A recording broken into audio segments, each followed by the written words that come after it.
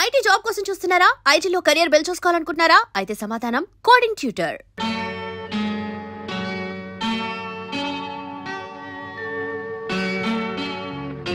Mummy, డాడీకి తలనొప్పిగా ఉందంట.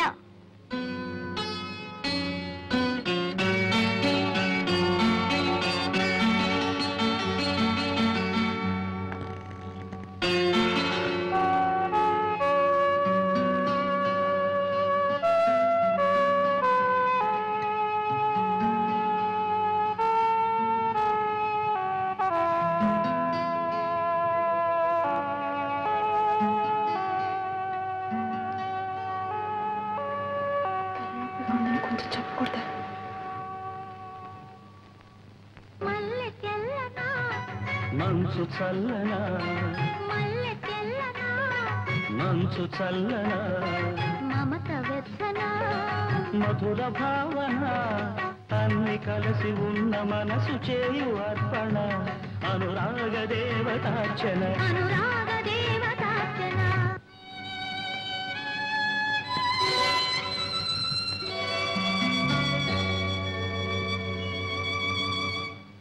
అమ్మగారు, డాక్టర్ గారు వస్తున్నారు. Hello miss Prasad, how you?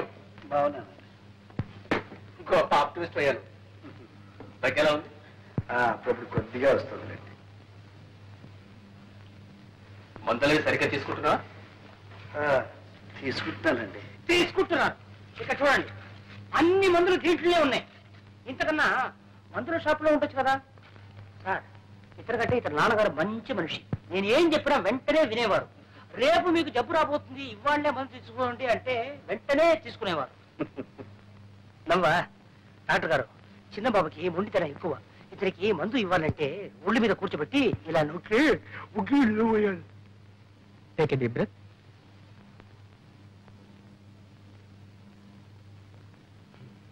ఎలా ఉంది డాక్టర్? ఓసారి ఇలా రామ్మా. వస్తాను miss Prasad. Thank you doctor.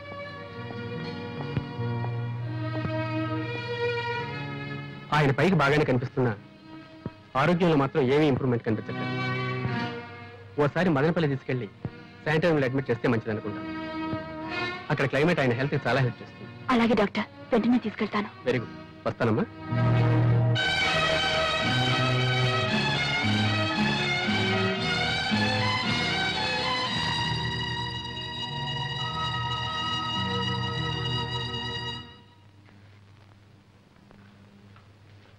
ఏమన్నా డాక్టర్? మదనపల్లి తీసుకెళ్ళమన్నారు. ఈ డాక్టర్లకు చూపించడమే పొరపాటు. ఏదో ఒకటి చెప్తుంటా. ఈ సళ్ళకి అంతకన్నా పని లేదు. వద్దమ్మాటను కొద్దీ డాక్టర్ని పంపిస్తాను.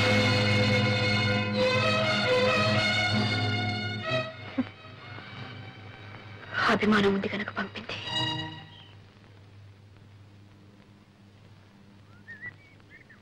చూడు బాబు, ఇది హైదరాబాద్ చేరాల్సిన ఉత్తరం. నేనెవరో తెలియక ఇందులో పడేశారు. చాలా రోజుల నుంచి ఇది మా ఇంట్లోనే ఉంది. ఇది వాళ్ళకి ఇచ్చే. ఇలా ఇవ్వండి, నేను పోస్ట్ చేస్తాను. శ్రీమతి దుర్గా ప్రసాద్, ఇదిగోండి మీ పోస్ట్. అమ్మా, ఈ గాజులు. అవునండి, పిల్ల పెరిగిపోయింది. దాని చేతికి గాజులు పట్టడం లేదు. పైగా స్కూల్కి వెళ్తుంది. ఈ రోజుల్లో పిల్లలకు బంగారు గాజులు వేసి స్కూల్కి పంపాలంటే ప్రాణానికి ప్రమాదం. నిజమే, దొంగలకి ఎలా తెలుస్తుంది బంగారం ఇత్తడు? ఎత్తడైనా బంగారం అయినా ప్రాణాలు తీస్తారు బంగారం అనుకుని. కానీ మాకు తెలుస్తుందిగా, మేమెలా మోసపోతాం? ఏమిటండి మీరు అనేది? ఈ గాజులు ఇక్కడ కొన్నవేగా? ఇక్కడ కొన్నాయా? నువ్వు కొన్నావా? ఇదేం రోడ్డు గోల్డ్ షాప్ అనుకున్నావా? చూడడానికి టిప్ టాప్ గా ఉన్నావు, మోసం చేద్దాం అనుకున్నావా? ఆ పప్పులు మా దగ్గరే ఉడకవు. చూడు, ఇప్పుడు పోలీసుని పిలిపిస్తే నీ చేతికి బేడీలు పడతాయి. ఇంకెక్కడా చూపించుకో.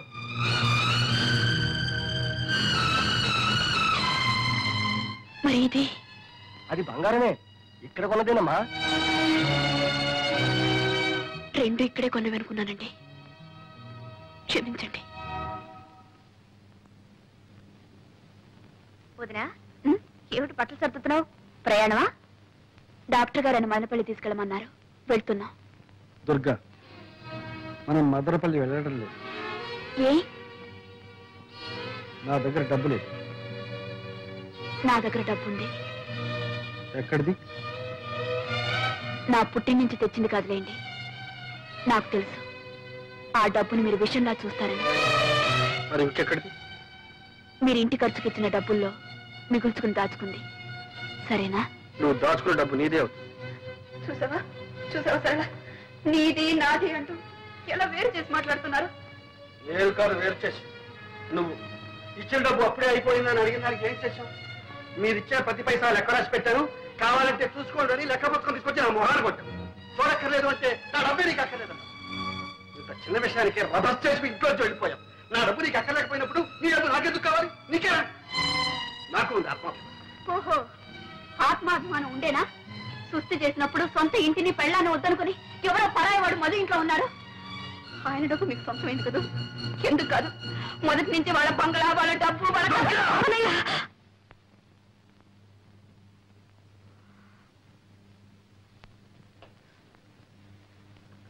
ఏమిటది? మీరు ఇలా కీచులాడుకుంటుంటే నాకు సిగ్గుగా ఉంది.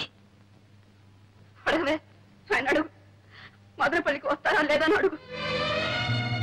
చావనైనా చస్తాను కానీ నేను రాను. చస్తారా? చచ్చి నన్ను సాధిస్తారా? సరే, మీ ఇష్టం. చచ్చిపోయిన తర్వాత ఎవరికి ఏ బాధ ఉండదు. కొట్టవే, కొట్టు.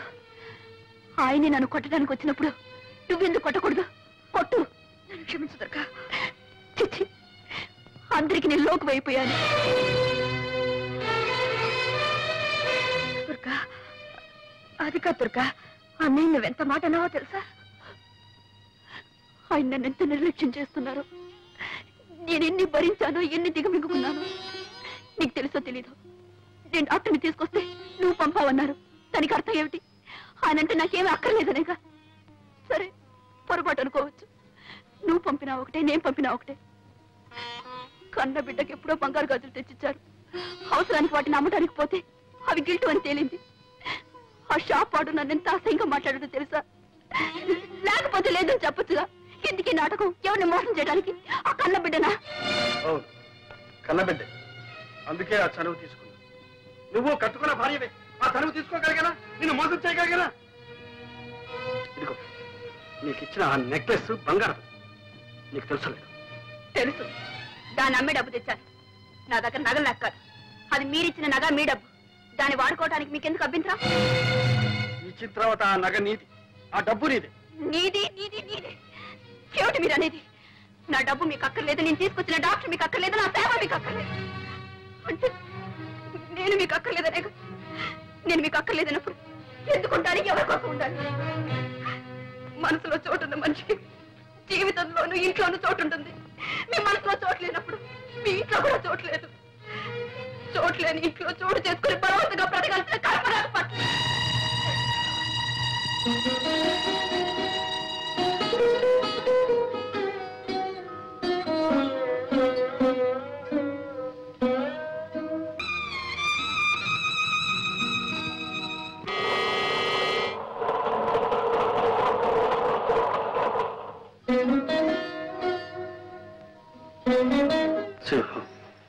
చిన్నబాబు, అది హైదరాబాద్ వెళ్ళే రైలు కదా? అవును, అది నా గుండెల మీదకి వెళ్తుంది. దుర్గా ఆ రైల్లోనే వెళుతుంది. రైలు తిరిగి వస్తుంది. దుర్గా ఎందుకని చిన్నబాబు రాదు. దుర్గా పిలిస్తే నేనెందుకు వెళ్ళలేదు? అందుకే మనసు విరిగిన మనిషి, మరణించిన మనిషి మళ్ళీ రావడం అసంభవం.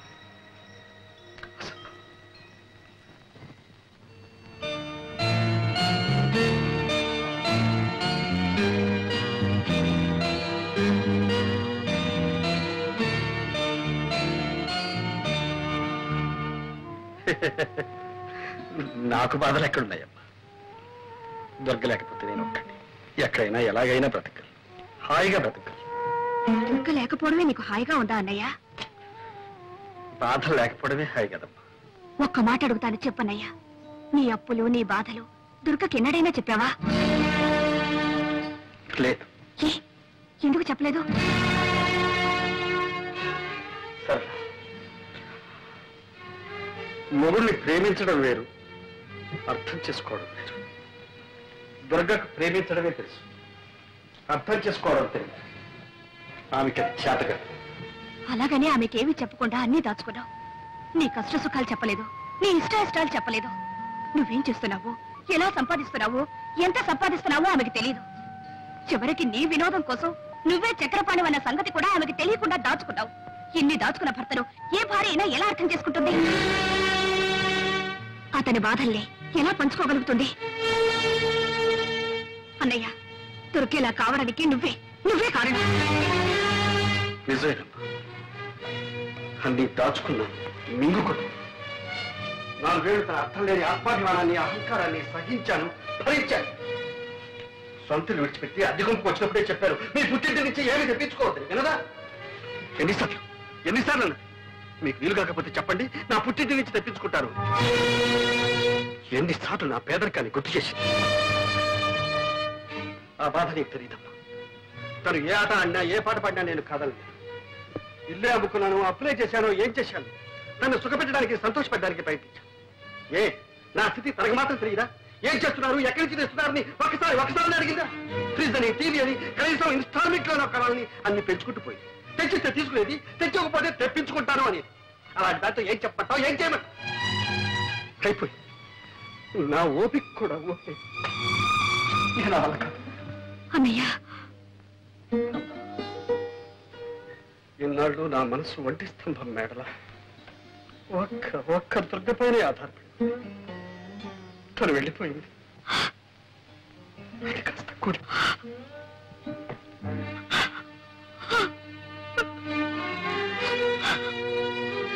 నువ్వెందుకమ్మా కంగారు పడతావు? నేను చచ్చిపోతాననుకుంటున్నావా? నో, లేదా, నేను అంత తేలిగ్గా చచ్చిపోలే. నేను వెనకపోతే నాకున్న బాధలన్నీ అనాథలైపోయి. అందుకని నేను పోను. అమ్మా కవిత, మీ డాడీ రాలేదేమమ్మా? మా డాడీకి ఒకటి జ్వరం, తలనొప్పి. ఏ డాడీ కొంట్లో బాగాలేదా? అవును తాతయ్య. మరి మమ్మీ నువ్వు వచ్చేసరే? మా డాడీ మమ్మీ పోట్లాడుకున్నారు, ఇక రానని వచ్చేసింది. ఓహో, అలాగమ్మా, నీకేం భయలేదమ్మా. డాడీ దగ్గరికి నేను పంపిస్తానుగా. వెరీ గుడ్ తాతయ్య. Very good. నువ్వు వెళ్ళి ఆడుకోమ్మా. ఏమిటండి ఇది?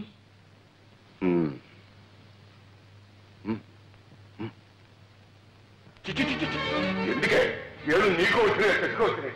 ఇంకా చిక్కు లేకుండా నిలబడామే. ఇంకొక క్షణం నా ఇంట్లో ఉంటారు పిల్లలు. ఏమండి, తాగొచ్చి తన్నా ఆడుతున్నారా? నా ఇష్టంలో తాగుతాను, తనని ఆడతాను. నువ్వెవరు ఆడతానికి? దాని బట్టి మాటతో పేద అయిపోతున్నావు. ఏం మాట్లాడుతున్నారు మీకు తెలుస్తుందా? మీకేమైనా మర్చిపోయిందా? మర్చిపోయి మాట్లాడే నీకు మాట్లాడంటే పక్కన ఇరిపోయి జాగ్రత్త. నీ పెట్టి పేడ పట్టు పోయి. నన్ను ఎక్కడ పొమ్మంటారండి? ఎక్కడ పోవాలో అది కూడా నేను చెప్పాలా? మొగుడు వదిలిపెట్టినారది, మొగుడు వదిలిపెట్టినారది, ఎక్కడికి వెళ్ళాలో నాకంటే నీ కూతురు బాగా తెలిసే బాగానే చెప్తుంది. ఇగో, నీ పుట్టింటికి పోతావో లేకపోతే ఎక్కడ పోతావో మళ్ళీ ఈ జన్మలో నీ ముఖాన్ని చూపిస్తావు. మొగుడంటే, ఇల్లంటే ఒక గౌరవం ఉండదు. ఏమిటే పెద్ద శ్రీరంగ నీతులు చెబుతున్నావు? నేను మగాన్ని, నీ మొగుణ్ణి. నా అవసరాలు నాకుంటాయి. అవన్నీ నీతో చెప్పాలా? నాకు అర్జెంటుగా 1,00,000 రూపాయలు కావాలి. పోయి పుట్టింటికి వెళ్ళి తీసురా.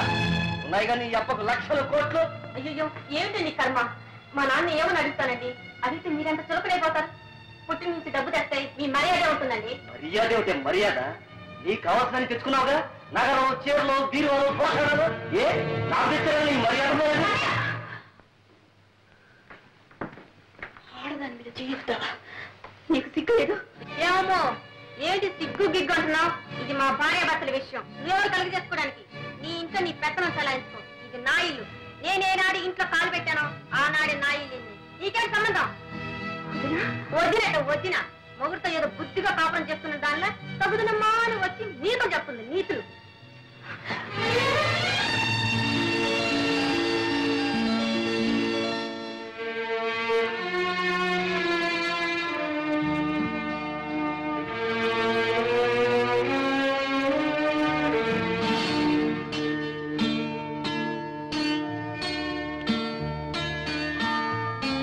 శ్రీమతి దుర్గా ప్రసాద్.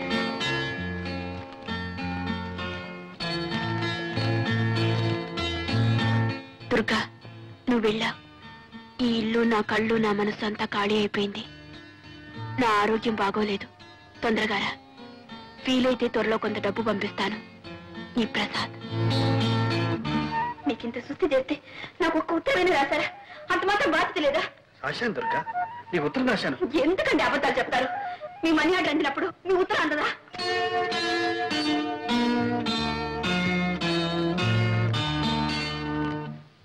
దాంపత్య జీవితం మధురాతి మధురంగా మలుచుకోవాలంటే ప్రతి భర్త ప్రతి భార్య ఒక్కసారి కాదు 100 సార్లు చదవాలి చక్రపాణి గారి ఆత్మార్పణని.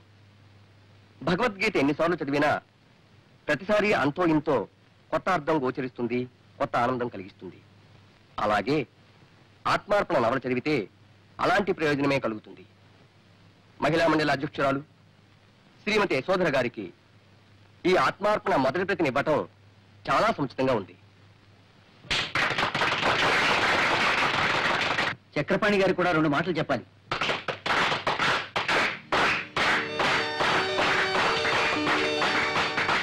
మిత్రులందరికీ నమస్కారం. ఒక రచయితని గాని కళాకారుణ్ణి గాని తను చేసిన ప్రయోగాల గురించి తననే మాట్లాడమనడం అంత న్యాయం కాదు. ఎందుకంటే అతనేదైనా చెప్పదలుచుకుంటే అతని రచనలే చెబుతాయి కాబట్టి. మరేదైనా కొత్త సమస్య తలెత్తితే మరో కొత్త రచన పుట్టుకొస్తుంది, అంతే. సెలవు.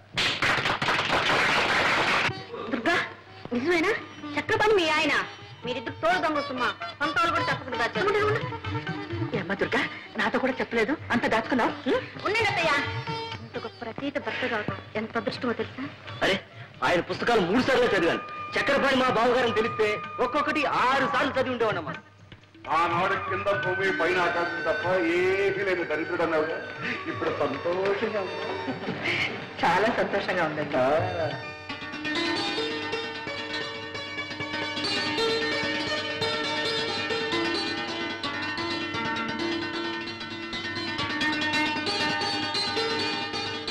కలం పేరు చక్రపాణి, అసలు పేరు ప్రసాద్. కలం పేరు చక్రపాణి. వాడొక బచ్చా, పుట్టి 2 ఏళ్ళు అయింది. పంది పిల్లల్ని ఏంటుంది చూడు, ఒక మందర. కోడి పిల్లల్ని పొదుగుతుంది ఒక 20-21. అట్లా కనిపించిన 10 పత్రికలను రాసి పారేస్తున్నాడు ఏదో చెప్పం.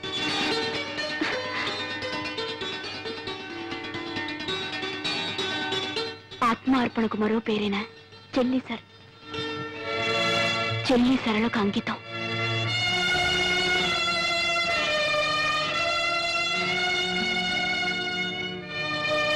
ఈ నవలకు జవం జీవం నా అర్థానికి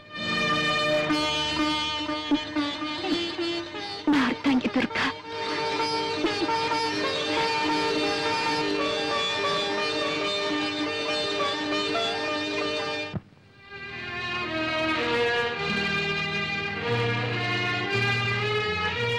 సరళ, వదినా వచ్చావా? అవును సరళ, సరాసరి నీ దగ్గరికి వచ్చేసాను. మీ అన్నయ్య దగ్గరికి వెళ్ళాలంటే నాకెందుకో జంకగా ఉంది. చాలా ఆలస్యంగా వచ్చావు వదినా.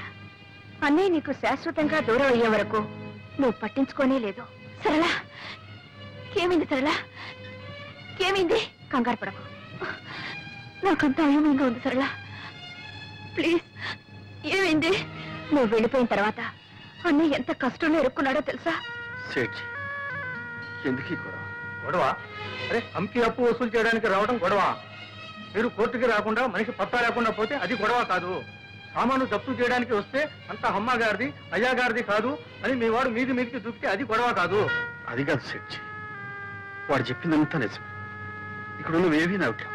మర్యాదగా జప్తు చేయనిస్తారా? సరే సరే, అది నాది కాదు ఇది నాది కాదని మడత పేచీలు పెడితే రేపు ఈ పాటికి అరెస్ట్ వారెంట్ తెచ్చి అతన్ని జైల్లో దోయించేస్తాను. నువ్వు నా చిన్నబాబుని జైల్లో కూర్చోబెట్టున్నావా? ఎలా పెడతావో చూస్తావు. నేను చూస్తాను. ఏం చూస్తావు? సింహం, నువ్వు ఊరుకో. సెచ్చి, ఈ నగలు తీసుకొని నీ బాకీ కింద జమ కట్టుకోండి. అమీనాజీ, అదండి పోదాం.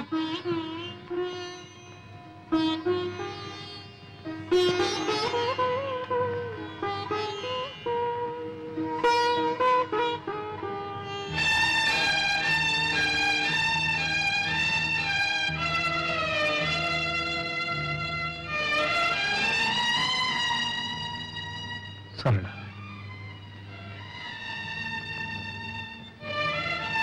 తీర్చగల రుణాన్ని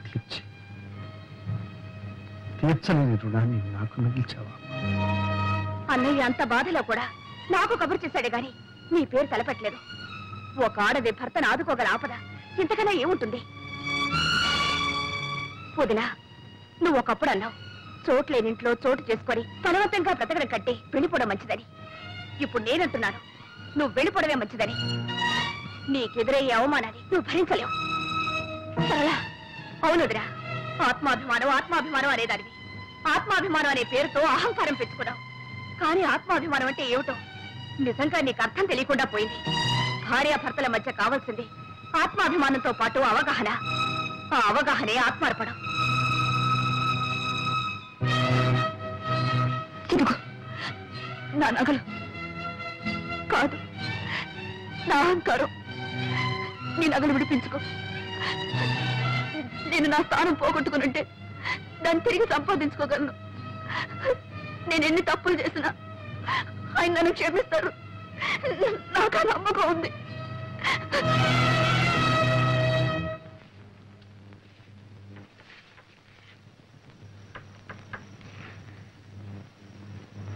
కవిత, నువ్వు ముందు వెళ్ళమ్మా.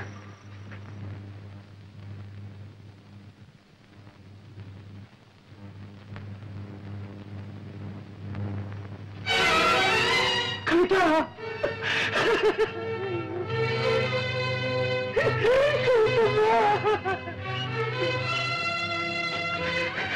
అమ్మ రాలేదమ్మా. అమ్మ వచ్చిందా?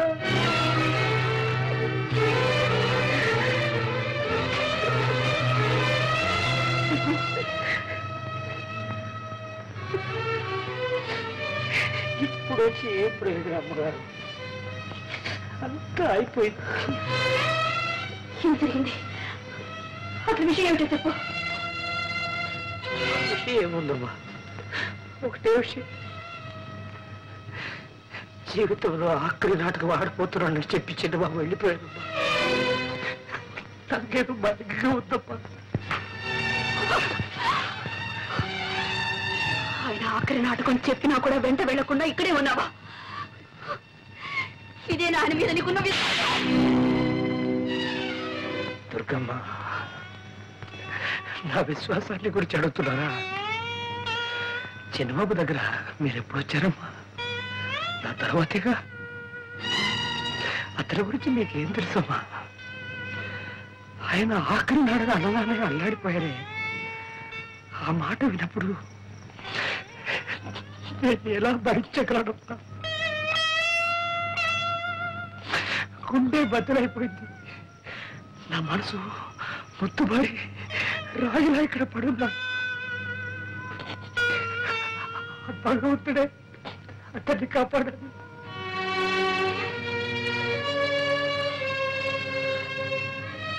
నాటకం ఎక్కడ? కళాభారతిలో. కవితను తీసుకుంటా.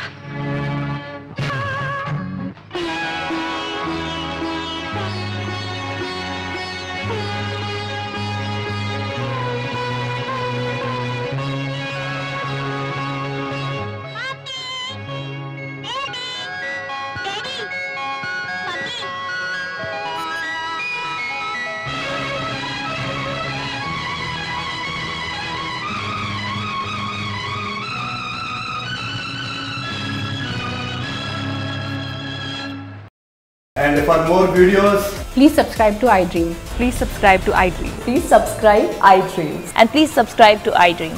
For more videos, subscribe to iDream. please like, share and subscribe to the channel. Congratulations, iDream. Subscribe to iDream. Subscribe to iDream. So subscribe to iDream Media. iDream ki iDream team andarki huge congratulations. Please subscribe iDream Media. Please subscribe to iDream. Subscribe iDream. Please subscribe to iDream. iDream అంటే నా కళల channel subscribe చేసుకున్న నోరు తిరుగుతలేదు. మీరైతే గంట గుర్తు కొట్టండి. For more such videos, please subscribe to iDream. Subscribe to iDream. Please subscribe to iDream. Please subscribe iDream Media. Please do subscribe to iDream. Please subscribe to iDream Media. For best entertainment and information, please subscribe iDream. And don't forget to subscribe to iDream.